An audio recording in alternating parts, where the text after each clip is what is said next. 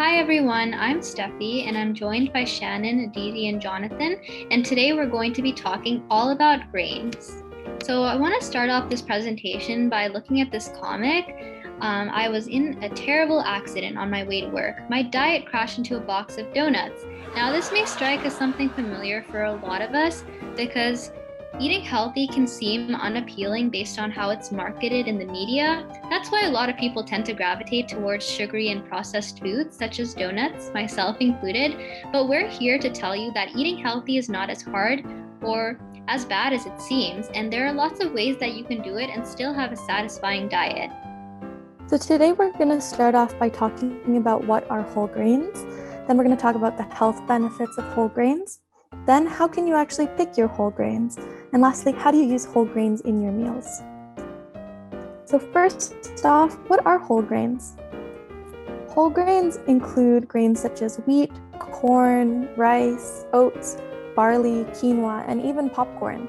But it can also include things made out of whole grains, such as whole grain cereal, bread, pasta, or crackers. And all grains actually start their life as whole grains. And this is because the whole grain is the entire seed or kernel of the plant.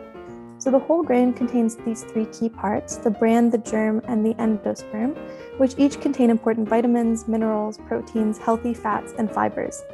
And whole grains actually do have some valuable antioxidants that are not found in fruits and vegetables, as well as B vitamins, vitamin E, magnesium, iron, and fiber. If a grain has any of these three parts removed, it's called refined grain. And an enriched grain, which is a term you may have heard, is a response to the lack of nutrients in refined grains. So the nutrients are taken away during the refinement process, and then essential nutrients are added back in artificial proportions during the enrichment process. So really, the better solution is just to eat whole grains. And if you look at this chart on the right, you can see how many nutrients there are in whole wheat flour as an example, and then how those nutrients are removed in the red bars during the refinement process, and how only some of them are added back during the enrichment process. So a little bit more in depth into the processing process with whole grains. All the things that make a whole grain healthy, the vitamins, minerals, and fibers that Shannon mentioned, are all contained within the outer covering of the actual grain, which is shown in the diagram here as the bran and the germ. When grains are processed to make traditional flour, this bran and germ is actually removed, leaving behind only the endosperm, which is what makes your flour. And this removes the beneficial parts in the grain and removes the helpful nutrients, fibers, vitamins, and minerals that can actually do things for your body. This processing originally started to create clean white flour, which people would be more interested in buying. Today, a simple way to check if something is whole grain is to look for brown specks in flour, like in whole wheat bread. These are the unprocessed bits of grain, specifically the bran and the germ, that remain in the flour, telling you that you're getting the most that you can out of your wheat products. Another way that you can identify whole grains is based on words that you may see on the label.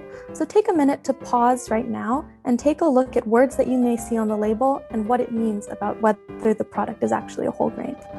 Another way that you can tell if something is a whole grain is to look for the whole grain stamp.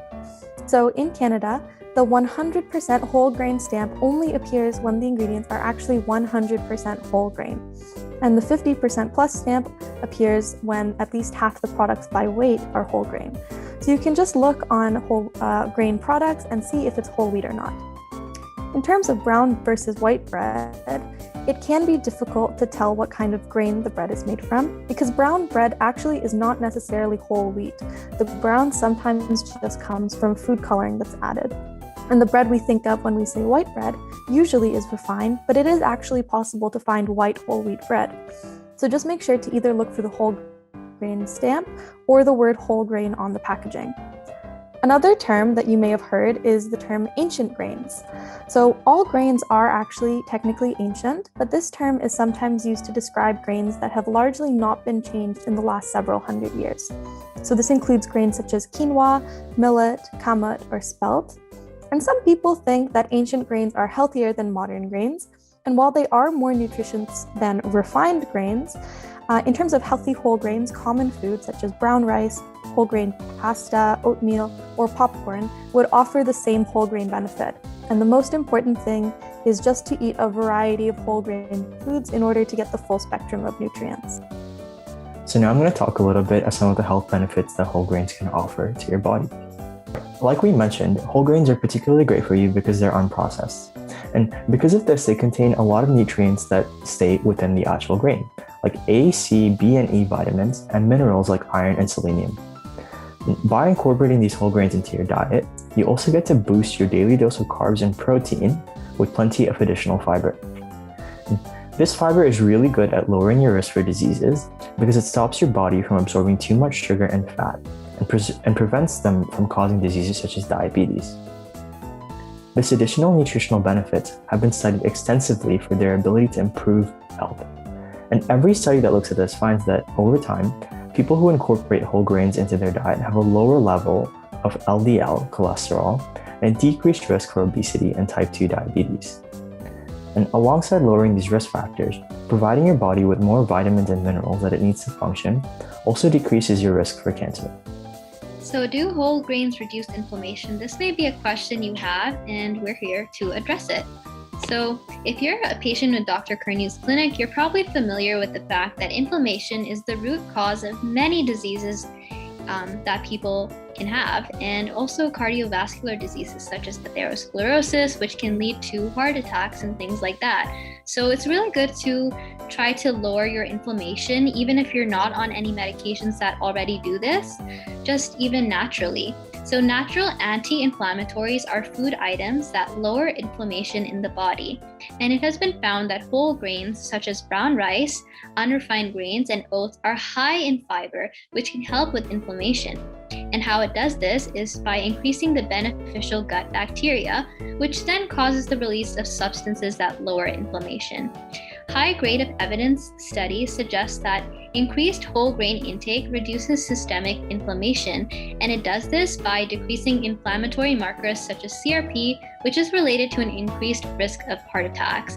So whole grains are really good for you in terms of reducing inflammation. So next we'll be talking about how you can actually choose your whole grains.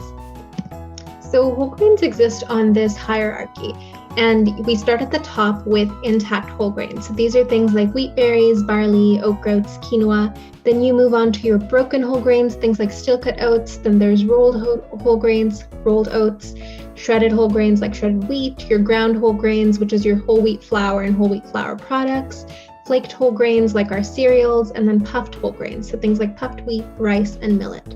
So when we look at this hierarchy in general, the more broken down a grain is, the lower it'll be on the hierarchy. And that's just because our body needs less energy to process it, and it's usually associated with a higher glycemic index or glycemic load.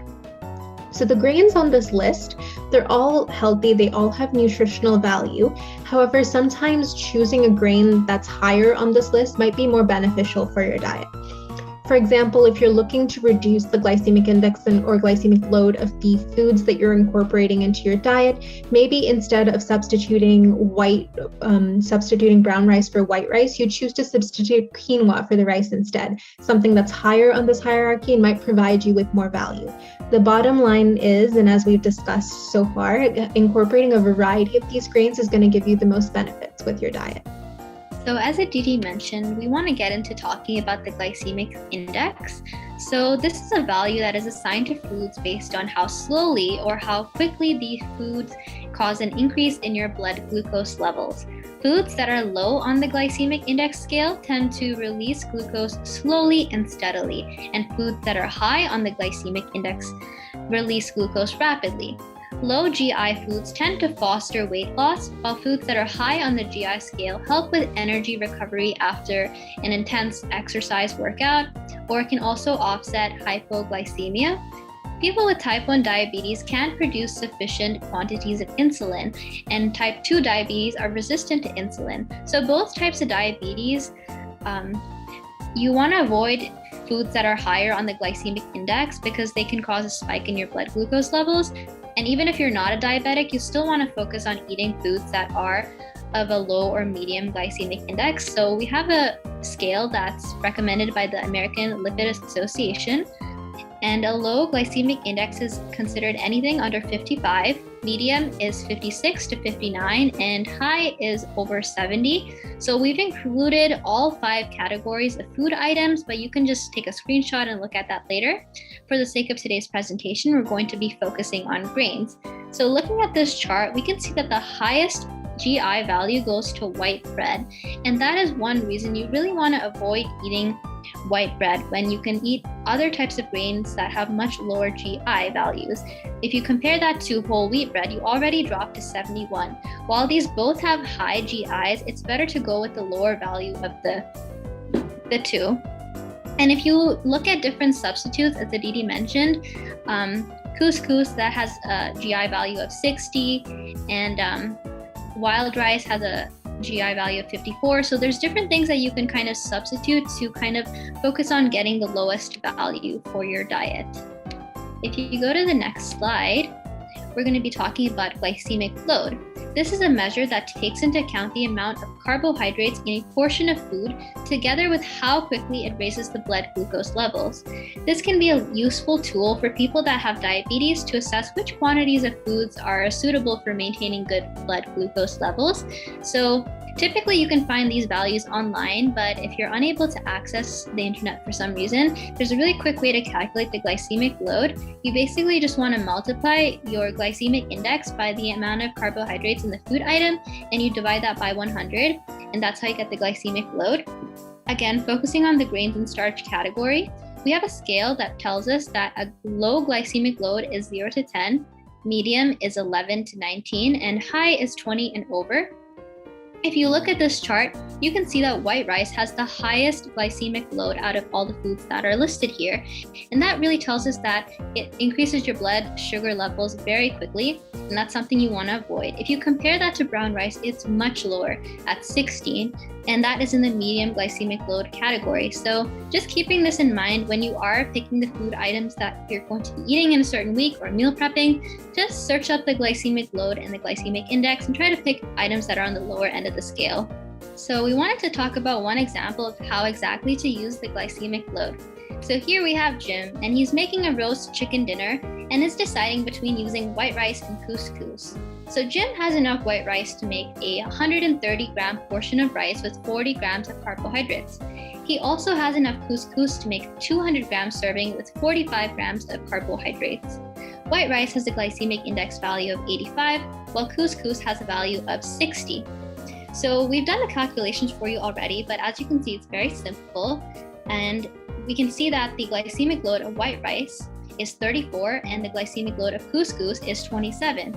So from this calculation, Jim can see that even though the smaller portion of white rice has less carbohydrates, the portion of couscous actually has a lower glycemic load. This tells Jim that the portion of couscous that he wants to consume, despite being larger and containing slightly more carbohydrates, is less likely to cause as sharp of a rise in his blood sugar levels as the portion of white rice. So this is just one simple and easy way that you can kind of determine what to meal prep in your daily life. And if you need help with this, just refer back to this slide. So next we're going to talk about using whole grains in your meal. So we'll start by talking about how you actually cook whole grains. So the cooking time for each grain is going to differ. So they can be cooked over the stove by bringing it to a boil and then letting the grains simmer, or you can cook it in a pressure cooker. It really depends upon preference and what you're able to do in your everyday life. So a tip is soaking grains can actually help reduce the amount of time you have to cook them for. So for example, something like kamut, you really need to soak it overnight so you're able to cook it in a more feasible time window. And the ratio of liquids to grains also varies based on the grain. If you're ever curious to know how much liquid you should be adding, whether that's over the stove or pressure cooking it, Google has a lot of resources. You can just Google it and you'll usually be able to find a really great recipe. I've included a couple of common healthy grains here, the liquid that's required, the amount of time it takes to cook it over the stove or a pressure cooker. So if you're interested in making any of these grains, just feel free to pause the video and take a screenshot of this slide. Moving on to a couple of tips about incorporating whole grains into your meal. So the first thing is to try and substitute whole wheat and oat flour for all-purpose flour or white flour products. So for example, if a treat for you for breakfast is making your own waffles or pancakes, try to make them with oat flour or whole wheat flour to give you a healthier alternative. Another tip is try to incorporate grains into every meal. So for example, if you're looking for something to eat for breakfast, perhaps you have some steel-cut oats, or if you're looking to add a little more structure to your salad, you're looking to add a couple more ingredients in there, maybe think about adding some quinoa or some whole grain pasta into your salad to make it a little bit more filling. And finally, try to substitute white rice with other healthier grains. So for example, you could substitute it with quinoa. You can choose to eat your curries or stir fries alongside quinoa. You can even use rice style preparations for quinoa to give it more flavor. And we've included a little video demonstration on how you can use some leftovers and some quinoa in order to make a really tasty whole grain meal. This was actually prepared at the clinic, so hope you enjoy. I'm going to do is I'm going to just try some over here. And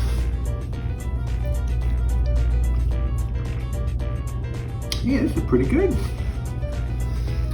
So how do we make it? Now we're going to show you different ways of cooking it. One is we're going to use the Instant Pot.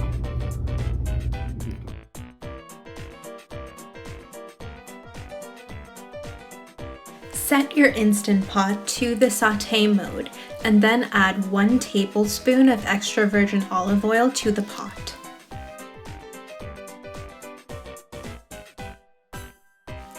Once the pot is hot, you can add in your chopped up celery, followed by your frozen broccoli and your frozen green beans. You can also choose to add any other kind of vegetable. This is just what we had lying around at the clinic. Saute the vegetables for 1 to 2 minutes.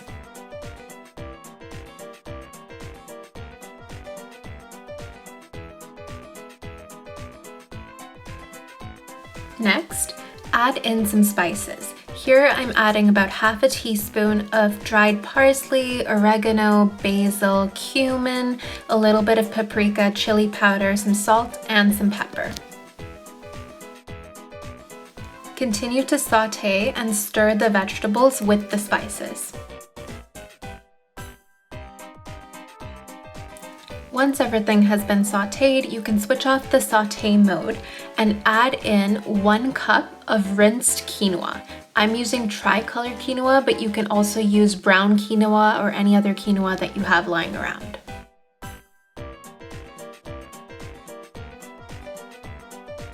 Mix the quinoa with the vegetables. Next, add in 1.5 cups of water or a liquid of your choice. You can choose to use a low sodium or no sodium broth as a substitute for water. Stir everything together. Next, you can add in some more spices. I'm choosing to add half a teaspoon of some dried parsley, basil, oregano, cumin, and paprika just to give a little extra flavor, along with a little bit of garlic powder.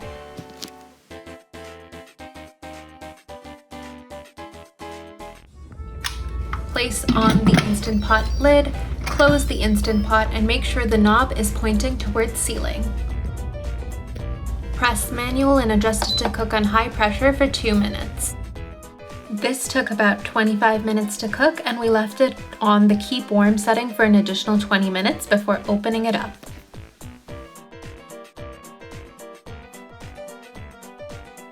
Give it a stir to fluff up the quinoa and make sure that everything is cooked through.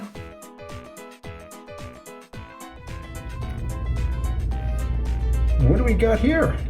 So this is quinoa with some vegetables, and I put a bunch of spices in it as well. Okay, so we cooked is that an Instant Pot? Yes. Okay, so we cooked some quinoa in an Instant Pot. What is quinoa? So quinoa is a whole grain. You find it in a lot of regions in Africa and Asia. It's high in fiber. It has a lot of benefits. If you're looking to swap out your usual grain in your regular meal plan, quinoa is a great substitute. So one of the things that people say that white potato is certainly not, it's not the healthiest food. It's not a bad food, but a better food is quinoa. And How to use an Instant Pot? So if you're just cooking the quinoa on its own, so quinoa and water, you would put it in and then put it on manual, and you want to set it to 2 minutes of high pressure. So the default setting on this one for manual is 2 minutes of high pressure. So you just press that and you make sure that it's closed and towards the back so it's sealing, and you just leave it and it cooks and it keeps it warm and increases and reduces the temperature all on its own. What's some of these other buttons here for? So for this particular recipe, I sauteed the vegetables first. So you would click saute. The default setting is about 30 minutes, and it works like a normal pan would on the stove. If you're making rice, you can always use the rice setting. It always comes out fine. And then if you're making like lentils or beans, things that need longer cooking time, you can use the bean or chili setting, or you can use manual and automatically set the pressure for yourself. How do you figure out how much time to put the pressure cooker on for? So it's kind of trial and error from my household, but there are also a lot of different tips online. So if you just Google the type of quinoa that you have and how long you should pressure cook it or cook it in an Instant Pot for, you can usually find the answer. So typically for most grains, it would be between like 1 to 2 minutes on high pressure. For lentils, probably longer, around like 4 to 5, and for beans, it's usually over 8 minutes on high pressure. So you can put all sorts of beans. When do you soak them overnight? When do you cook them on the stove? When do you use a pressure cooker? So it depends on how long you want the cooking process to take. So if you want it to take the least amount of time, best thing to do is soak the beans or the lentils overnight and then pressure cook it. That's going to take the least amount of time actually cooking. If you don't soak, it's going to take a lot longer to cook, whether you're pressure cooking it or cooking it over the stove. Pressure cooking in an Instant Pot is also great if you don't want to be monitoring something over the stove, so you can put it in and leave it and come back later. Can you blow up the machine? No, that would be really hard. The main thing is just to make sure if you're ever pressure cooking that you have the knob on the back pointing towards sealing. If you have it pointing towards venting, then it'll start spewing water, but if it's towards sealing, it keeps all the pressure inside. Thank you so much. No problem. So key takeaways from our little presentation. What is a whole grain? You can identify what a potential whole grain by looking for certified whole grain stickers in Canada. The health benefits of eating whole grains. Whole grains are really high in fiber content and help reduce LDL cholesterol and blood sugar, which helps reduce your likeliness for developing diseases. When you're choosing your whole grains, make sure to try to choose whole grains that are higher on the hierarchy index and with a lower glycemic index and glycemic load. And try to incorporate those higher hierarchy whole grains in meals as much as possible by replacing your carb sources in your diet currently with whole grain foods. So thank you so much for watching our video. If you have any additional questions, feel free to reach out on Facebook or reach us or email the clinic email shown on the slide. Thanks.